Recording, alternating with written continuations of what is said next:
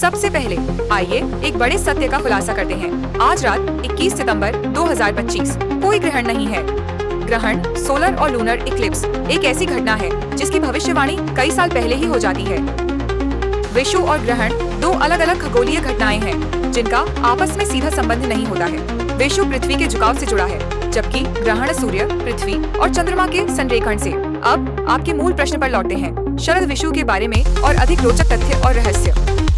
शरद विषुव autumnal equinox के गहरे रहस्य शब्द का रहस्य। विषुव का अर्थ समान। विषुव शब्द संस्कृत के वी समान और शुभ दिन से बना है, जिसका शाब्दिक अर्थ है समान दिन। यह सीधे सीधे उस खगोलीय सत्य को बताता है कि इस दिन और रात की लंबाई लगभग बराबर होती है। यह ब्रह्मांड का एक संतुलन है। ज्योतिषीय सत्य, तुला राशि का प्रवेश। ज्योतिष के अनुसार जब विषुव होता है तो सूर्य कन्या राशि से निकलकर तुला राशि में प्रवेश करता है। तुला राशि का प्रतीक तराजू है, जो संतुलन का प्रतिनिधित्व करता है।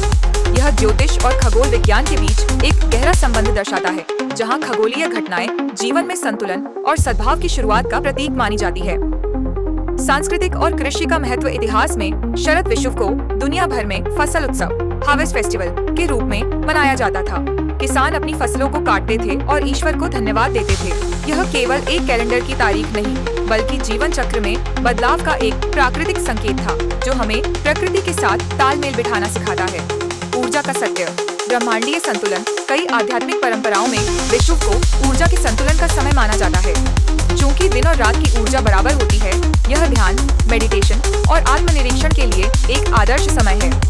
माना जाता है कि इस दौरान ब्रह्मांडीय ऊर्जाएं अधिक स्थिर होती हैं। ध्रुवों पर रोशनी का सत्य। इस दिन उत्तरी ध्रुव और दक्षिणी ध्रुव पर सूर्य क्षितिज के ठीक ऊपर दिखाई देता है।